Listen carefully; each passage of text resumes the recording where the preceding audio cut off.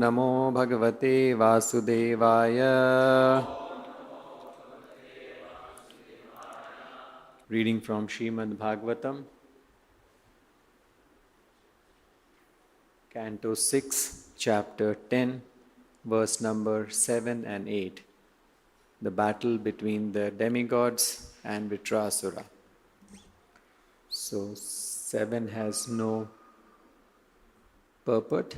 We'll chant 8 together. Verse number 7. Shri Rishiruvacha Dharmam va shrotu kamena yuyam me pratyudharataha Eshava priyam atmanam tyajantam santyajamyaham. The great sage Dadhichi said, "Just to hear from you about religious principles, I refuse to offer my body at your request. Now, although my body is extremely dear to me, I must give it up for your better purposes, since I know that it will leave me today or tomorrow." Verse number 8. Yo dhruvenatmananatha na dharmam na yasha puman iheta bhuta dayaya sa shochya sthavarerapi. Translation and purport by His Divine Grace A.C. Bhaktivedanta Swami Srila Prabhupada.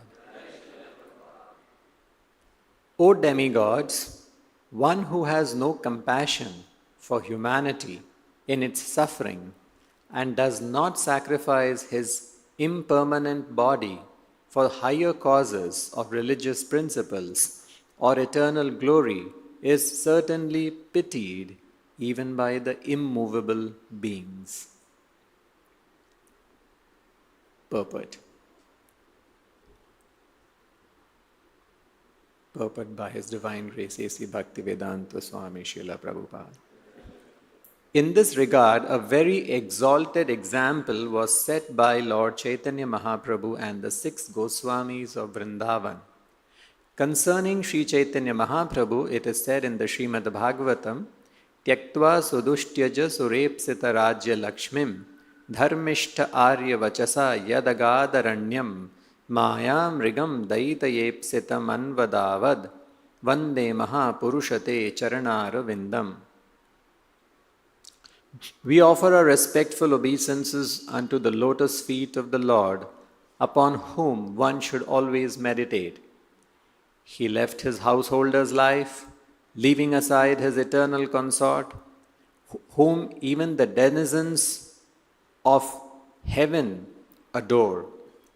He went into the forest to deliver the fallen souls who are put into illusion by material energy.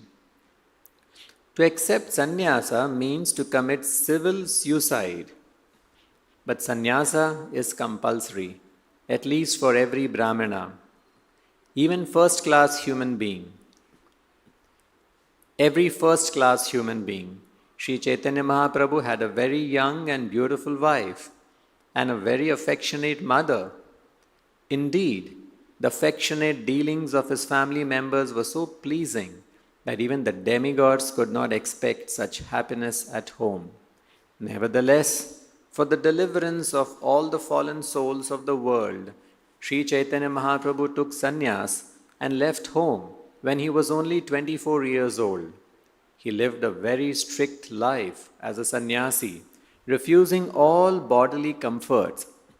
Similarly, his disciples, the 6 Goswamis, were ministers who held exalted positions in society, but they also left everything to join the movement of Sri Chaitanya Mahaprabhu. Srinivasa Acharya says, "Tyaktva turnam ashesha mandala pati shrenim sada tuchavad bhutva dina ganesha kau karunaya kaupina kanthashritau." These Goswamis left their very comfortable lives as ministers, zamindars, and learned scholars, and joined Sri Chaitanya Mahaprabhu's movement just to show mercy to the fallen souls of the world. Dina Ganesha Kau Karunaya, accepting very humble lives as mendicants, wearing no more than loincloths and torn quilts. Kaupina Kantha. They lived in Vrindavan and followed Sri Chaitanya Mahaprabhu's order to excavate Vrindavan's lost glories. Similarly, everyone else with a materially comfortable condition in this world should join the Krishna consciousness movement to elevate the fallen souls. The words Bhuta Dayaya, Maya Mrigam Daita Yepsitam, and Dina Ganesha Kau Karunaya all convey the same sense. These are very significant words for those interested in elevating human society to a proper understanding of life. One should join the Krishna consciousness movement following the examples of such great personalities as Sri Chaitanya Mahaprabhu, the 6 Goswamis, and before them, the great sage Dadhichi. Instead of wasting one's life for temporary bodily comforts, one should always be prepared to give up one's life for better causes. After all, the body will be destroyed.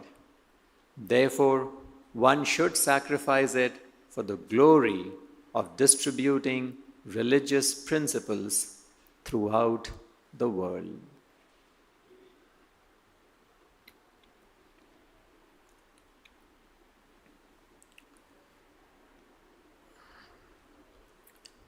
So, in this chapter, which has just begun, we'll see the fight between the demigods and Vritrasura, and the weapon that the demigods are going to get is a thunderbolt which will kill Vritrasura, because that's a very special thunderbolt which has been made from the bones of Dadhichi made by Vishwakarma. And these bones of Dadhichi, he's the one who chanted the Narayana Kavacha mantra, and because of chanting the mantra, his body had become extremely strong, and so the demigods, on the advice of the Supreme Lord Hari, Lord told them the solution for defeating Vritrasura and gaining back your kingdom, you have to go and beg Dadhichi his body. And then take his body and give it to Vishwakarma. He'll prepare the thunderbolt and use that to fight and defeat Vritrasura. So this is a dialogue, a conversation going on between Dadhichi and the demigods. And so demigods have gone and requested for his body. That means the demigods are saying, you please give up your life for us. And Dadhichi is a very intelligent person, and the demigods are also, of course, intelligent, and this conversation is going on. You're asking for my body? Do you know what you're asking? And last class we studied how that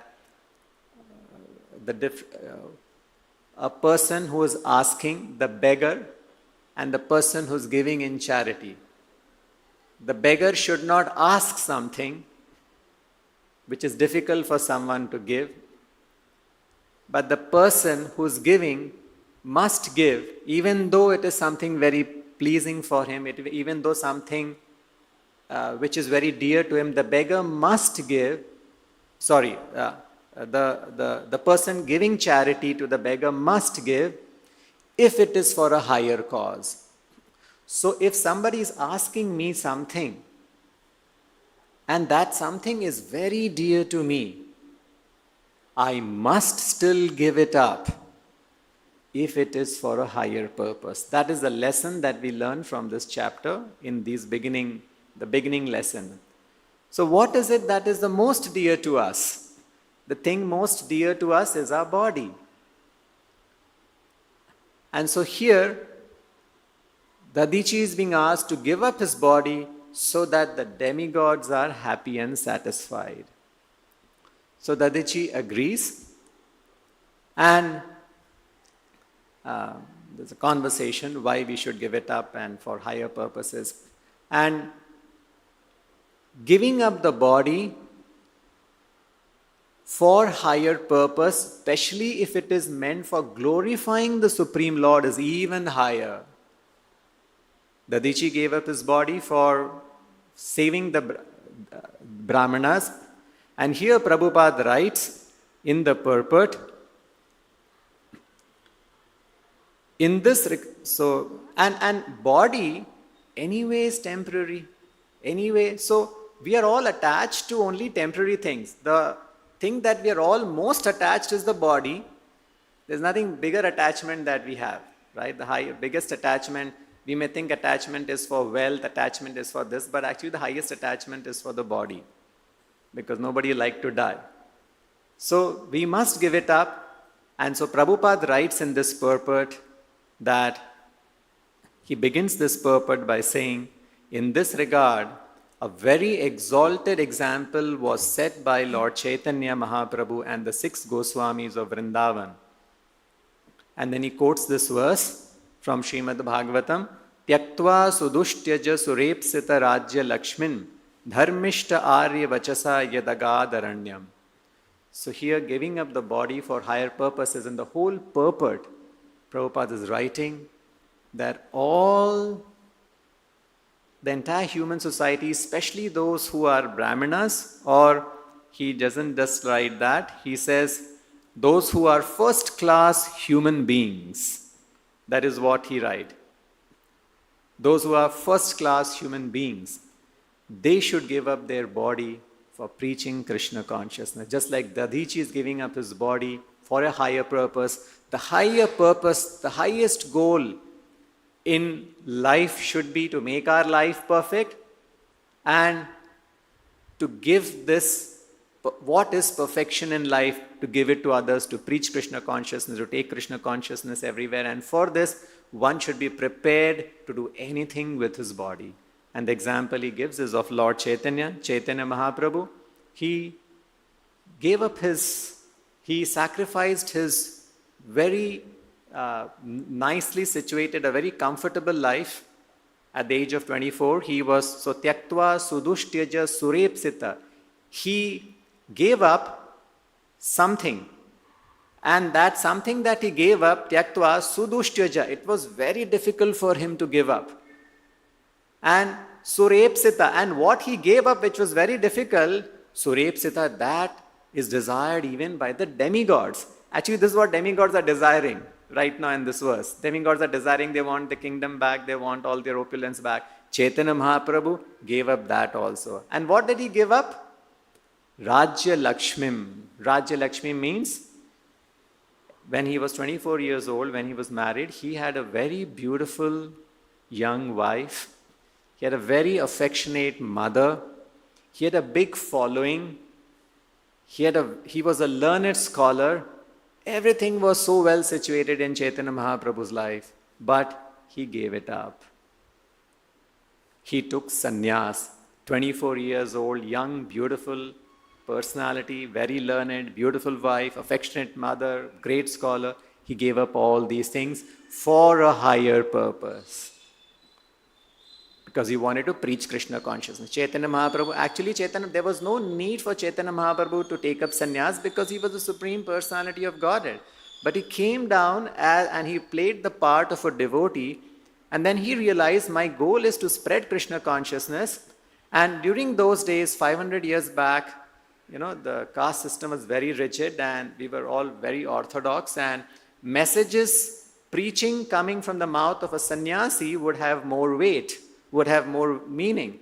And there were many who did not take to Chaitanya Mahaprabhu's teachings because, he's a grihastha, he's not in the renounced order of life. So Chaitanya Mahaprabhu felt, if I take up sannyas, then it will help me in my preaching. And so he gave up everything. And he was ready to face any austerity. Sannyas life means austerity. Once, Chaitanya Mahaprabhu, when he was young, he would serve the Brahmanas. He would go on the bank of the Ganges, and where the Brahmanas would go and take bath in the Ganges. So then after coming out, after finishing bath, they would come out and they needed a place to wipe themselves and to dry themselves. So that place, Chaitanya Mahaprabhu would come, he would clean that place, there would be flowers, he would remove the flowers, he would keep that place dry, see that it is neat and clean. So every day, voluntarily, it was not told him, voluntarily Chaitanya Mahaprabhu would do this service. So the Brahmanas were very happy and very pleased. So one day, one of the Brahmanas gave him a blessing. Nimai, you are so nice. Every day you serve us voluntarily, cleaning the place, making it neat and clean, dry, so that we are comfortable. So, Nimai, I want to give you a blessing. I'll give you a blessing that you'll have a very nice family, very opulent family, nice, beautiful wife. This is a blessing I want to give you. So he gave that blessing, and when he was giving that blessing, Chaitanya Mahaprabhu closed his ears like this. So Mahaprabhu said, Nimai said, this is not blessing. Just see, Chaitanya Mahaprabhu. This is what everybody wants. And then the Brahmana got very angry. What is this? You're saying this is not blessing. This is a blessing that I give everyone and everybody likes it. No, this is not blessing. Then the Brahmana said, okay, this is not blessing. Then I curse you. You will not have a happy family life, opulent life. You will live in poverty. Mahaprabhu then opened his eyes. Yes, this is very good blessing. Opened his ears. So this is the sacrifice that devotees have to make. And then Prabhupada again quotes another verse. The Goswamis, following in the footsteps of Chaitanya Mahaprabhu, also did the same thing. Tyaktva turnam ashesha mandala patim shrenim sada tuchhavat. Same here, Chaitanya Mahaprabhu, tyaktva sudushtyaja surepsita. Gave up something very difficult. The 6 Goswamis, Rupa and Sanatan Goswamis, they were great ministers, they were big ministers, very learned scholars, and so much wealth and opulence. When Rupa Goswami retired, the wealth that he collected, this is what we have read, that he filled an entire boat full of gold coin. The entire boat was full of gold coin. That was the wealth that he had accumulated from the service that he had rendered to the Nawab. So from that Tyaktva, they gave up everything, their family life, went to Vrindavan, lived as sannyas. Tyaktva turnam ashesh, and very quickly they gave up. Not that, with lot of difficulty, I'm giving up all this wealth.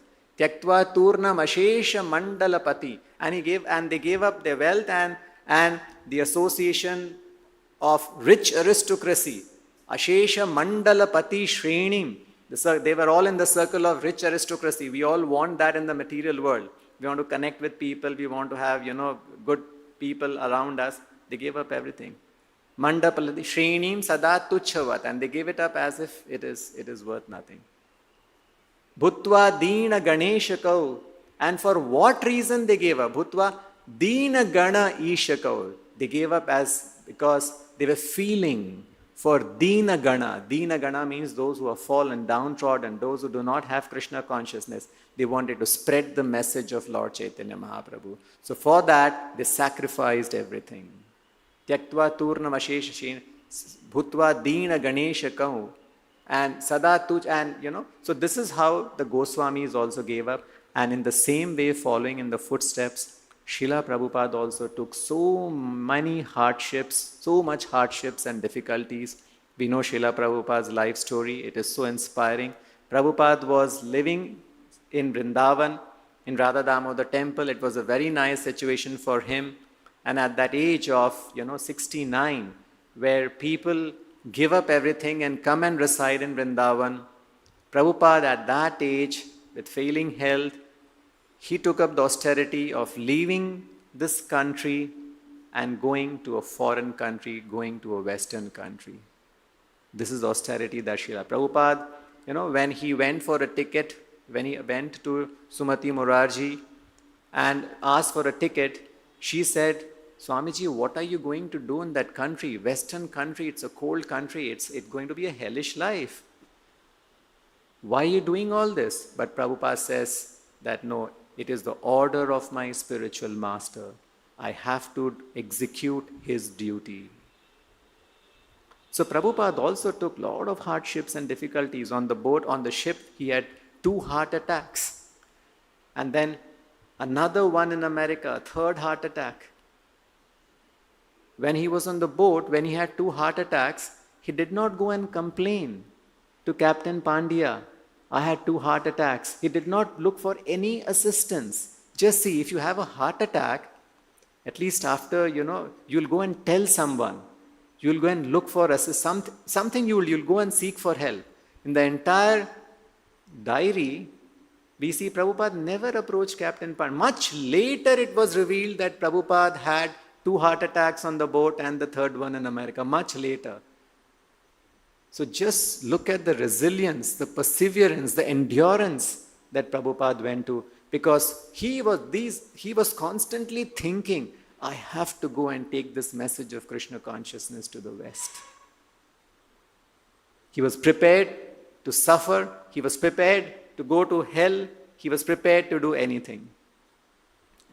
So devotees, Narayana parasarve na kutaschana bibhyati.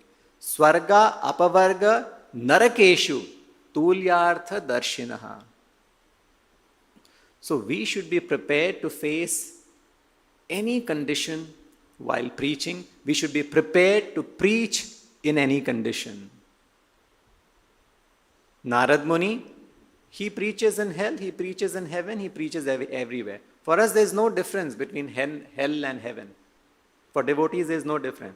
Tulya Narayana parasarve na kutaschana bibhyati. Devotees who are devoted to Narayana and his service. Narayana para, fully devoted to Narayana. Na kutaschana bibhyati. They are not fearful of any situation. Swarga, apavarga, naraka. Swarga, whether the situation that they are faced with or where they are going for preaching, whether it is heaven, whether it is a liberated world, whether apavarga, whether it is a spiritual world, or whether it is hell, everything is same. There is no tulyartha darshina. They see everything as same.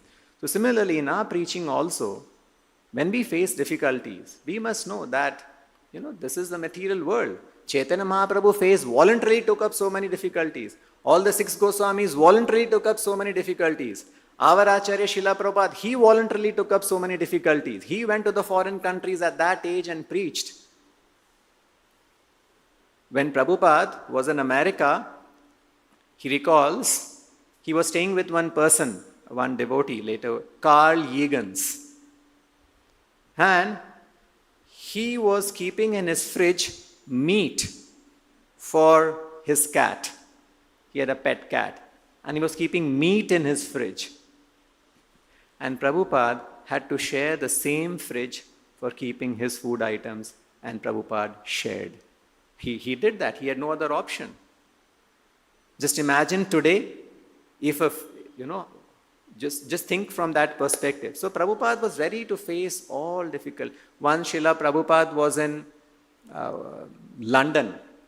London is a very cold country. Very dark, moist, and you don't see sunlight much in London. So the nice interview Prabhupada was having. So the interviewer, the TV interview, so the interviewer is asking Srila Prabhupada, some talk is going on, when the spiritual talk means they talk about hell, they talk about heaven, they talk about all these things in spiritual life. So the interviewer asks Srila Prabhupada, where is hell? And Srila Prabhupada said, hell is here in London. The light conversation.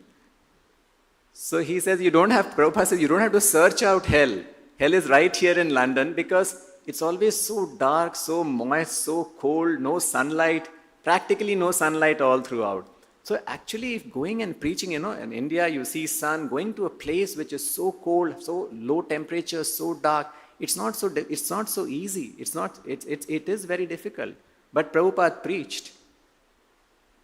And then later, this art, when Prabhupada said this hell is here in London, The newspapers published it. And everybody, he was basically in a very nice way. Of course, Prabhupada went to London and blessed London with Krishna consciousness, with Krishna bhakti. So that was the benefit that. So in a very, so Prabhupada, so this is what Prabhupada had to go through. So similarly, we must remember in our preaching also, there'll always be challenges, different kinds of challenges will be there. But if we become instruments in the hand of Srila Prabhupada, Sri Chaitanya Mahaprabhu, we will be blessed. She's just like Dadichi, willing to give up his body. So similarly, we should also be willing to do anything, including giving up our body. In the previous session, we saw the letter of Prabhupada. A disciple should be ready to die along with the spiritual master, rather than fail to execute the order of the spiritual master. He should execute the order of the spiritual master, and in executing, if death comes, he openly welcomes it. We should not think, what will happen to me, no. Arjuna, when he was in the Bhagavad Gita, he was also thinking, when Krishna told him to fight, Arjuna was doing all material calculation.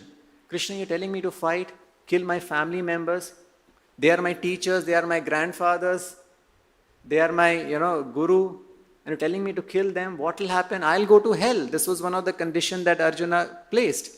I'm going to hell. The family, the women will become polluted because the husbands would have died in the battle, and I'll be the cause, I'll go to hell. So Arjuna was thinking in the beginning materially like this. Of course, he was put under illusion by the Supreme Lord, but he was thinking, I'll go to hell. He was thinking of hell or heaven. He was thinking like that. But later Arjuna realized, I don't have to think of where I am going. I don't have to think of hell or heaven.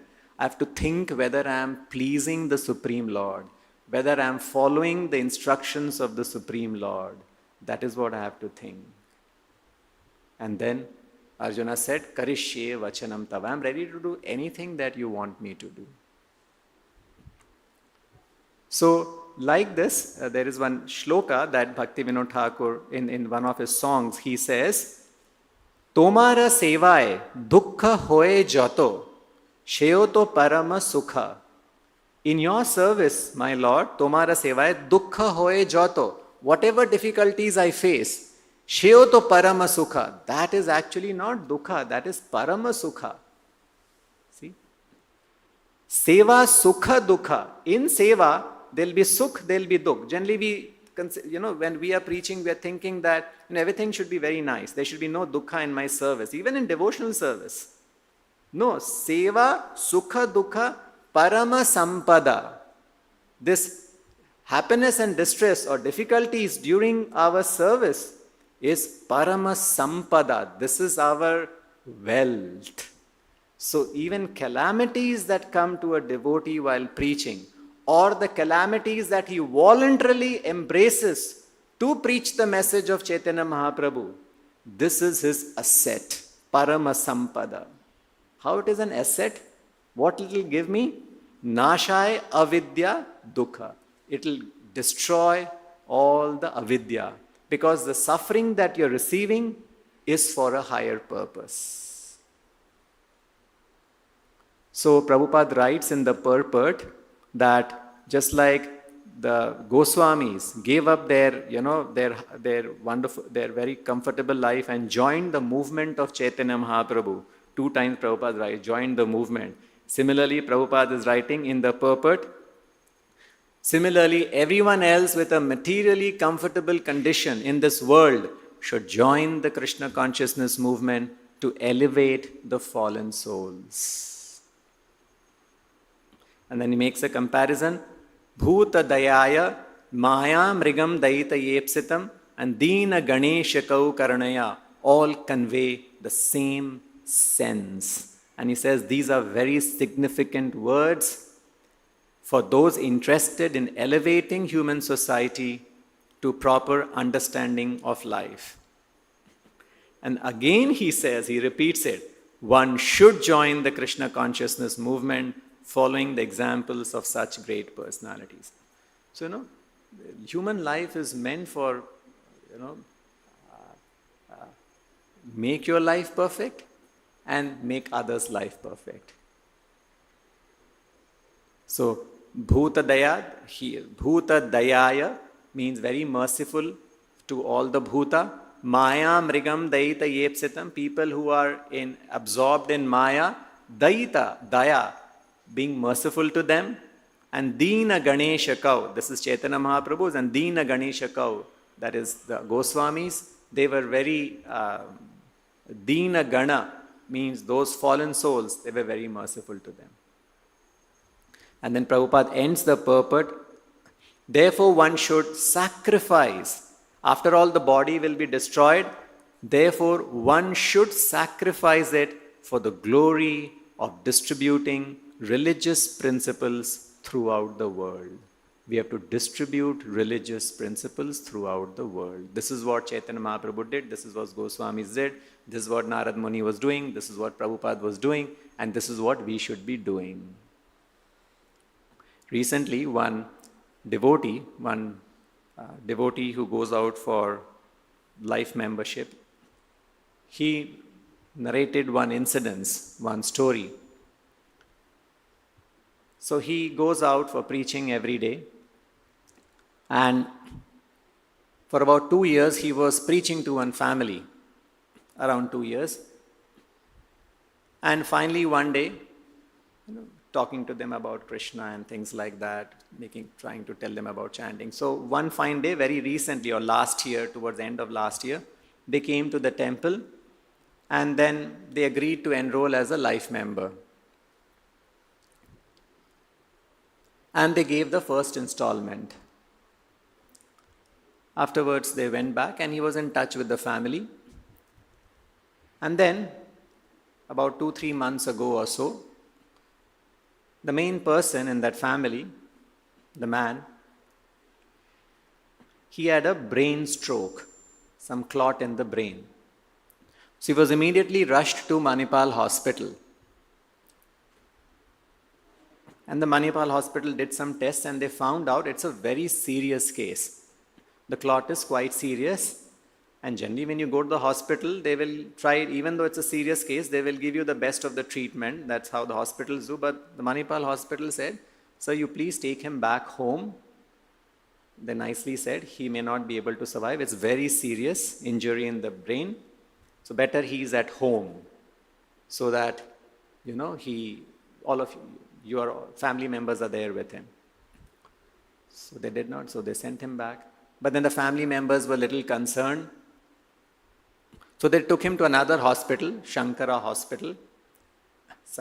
And then somehow they told the doctors, please try to do something, please try to save my father, wife. So the hospital admitted him. And then he was undergoing some things.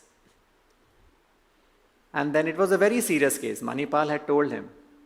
And then after a few days, so he became very serious in the hospital. He went into practically unconscious state. And then from that unconscious state, miraculously he recovered. Miraculously. And finally he came back home.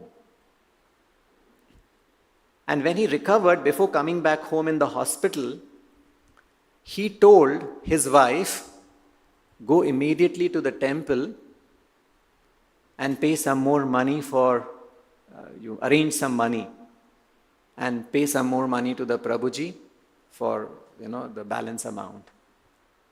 So wife came and she paid some money to our devotee and the devotee took it. And then devotee also went and met this family and all these things. Finally they came back home. And then he was not in a state to speak anything. And then when he came back home, he's not that, so he's still living. So when he came back home, this man, he narrated this to our devotee. He said, Swamiji, when I was shifted from Manipal to the Shankara hospital, I went into a state of unconsciousness. At that time, I had a dream. Dream means he's experiencing it, not really dream. It's a real experience that he's saying. It's just about 2-month-old story. It's a real story. He says, I saw in my dream a tall, dark, black personality appear. You can guess who that will be. A tall, dark, black personality appear, and he held my hand like this firmly, and he said, let's go. And this man, because a life membership preacher, because when he became life member, one set of books was given to him. And he had started chanting also. So this person told that dark personality who said, let's go, he says, no, I'm chanting Hare Krishna and I'm reading Srila Prabhupada's books.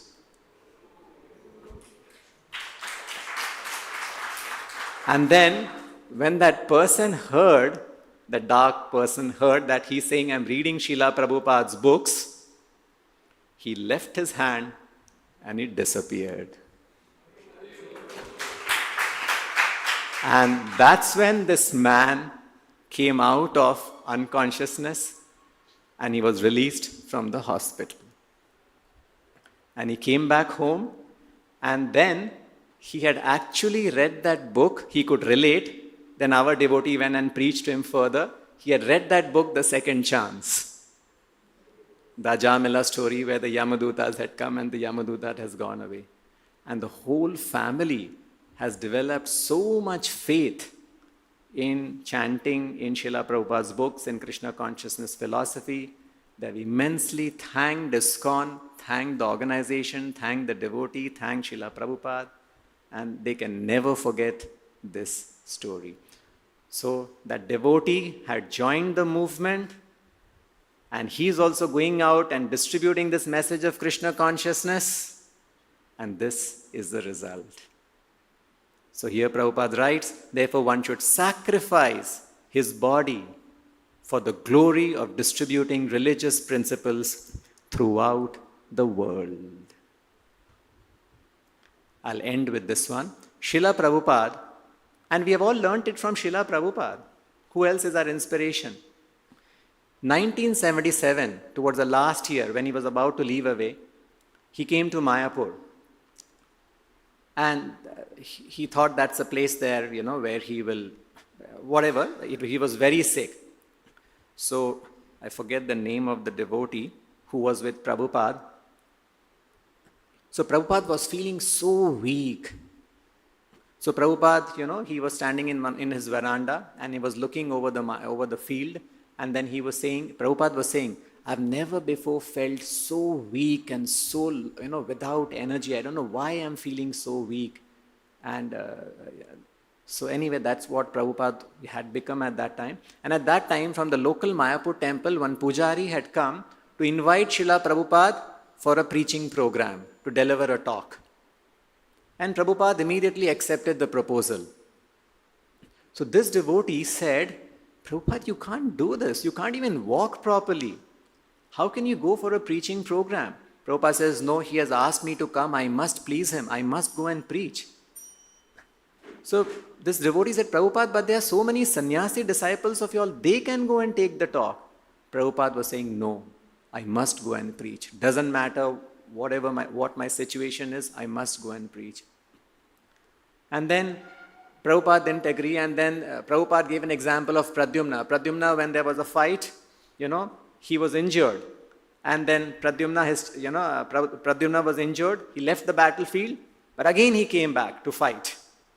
And then this devotee said, yes, Prabhupada, just like Pradyumna came back from fight, but it was the duty of the charioteer to take him away when he was injured. So they were trying to say that, we wish to take you for recovering and don't go to fight. But Prabhupada says, no, but he again came back for fighting. So Prabhupada defeated him. He was trying to use that charioteer example who took back Pradyumna from the fight because Pradyumna was injured. And Prabhupada is saying, no, he came back to fight. Take that example. You see how? So this devotee, finally Prabhupada was, he said, I have to go. So this devotee, they recall, Prabhupada was very weak. He was hardly able to walk. And he was having his stick always. So the devotees practically, they came with, carried Prabhupada, and then there was a small flight of steps. And, in Mayapur, those days, 1977's, what arrangement, it's a village. So there was a small flight of 5 steps. And Prabhupada, with a stick, because, when moving up, so with a stick, he's slowly moving one by one. He's putting his stick on one of the step and taking some strength from the stick and then placing his leg on the step and then moving his stick on the second step, and like that he was walking and taking time. So finally, in the second last step, Prabhupada collapsed. He didn't have energy. And then the devotees practically, they held Prabhupada and they carried him. And then, they placed him on the stage. And then Prabhupada had to just walk, and then, they placed him on the stage close to the chair where he had to sit. And then Prabhupada again took the stick and, he gained some energy. He was a transcendental personality and took some steps and sat in the chair. And he appeared, the devotee recalls, after all this endurance that Prabhupada was going through, Prabhupada did not say a word. And it appeared that that nothing has happened to him. And he just sat on the seat and he delivered a talk. And everybody appreciated. So see, in that age, in that situation, see how Prabhupada was preaching. We know in the last days, he is lying on the bed and Prabhupada is dictating Srimad Bhagavatam. So, we must also, following in the footsteps of our spiritual master, we must be prepared to do anything for carrying the message of Srila Prabhupada forward, for distributing this message to the entire world. So here we see Dadichi is sacrificing his body in the same way as Prabhupada says, one should sacrifice the body for the glory of distributing religious principles throughout the world. So we'll end here. Grantra Srimad Bhagavatam ki, Srila Prabhupada ki, Nitai Gaur Premanand.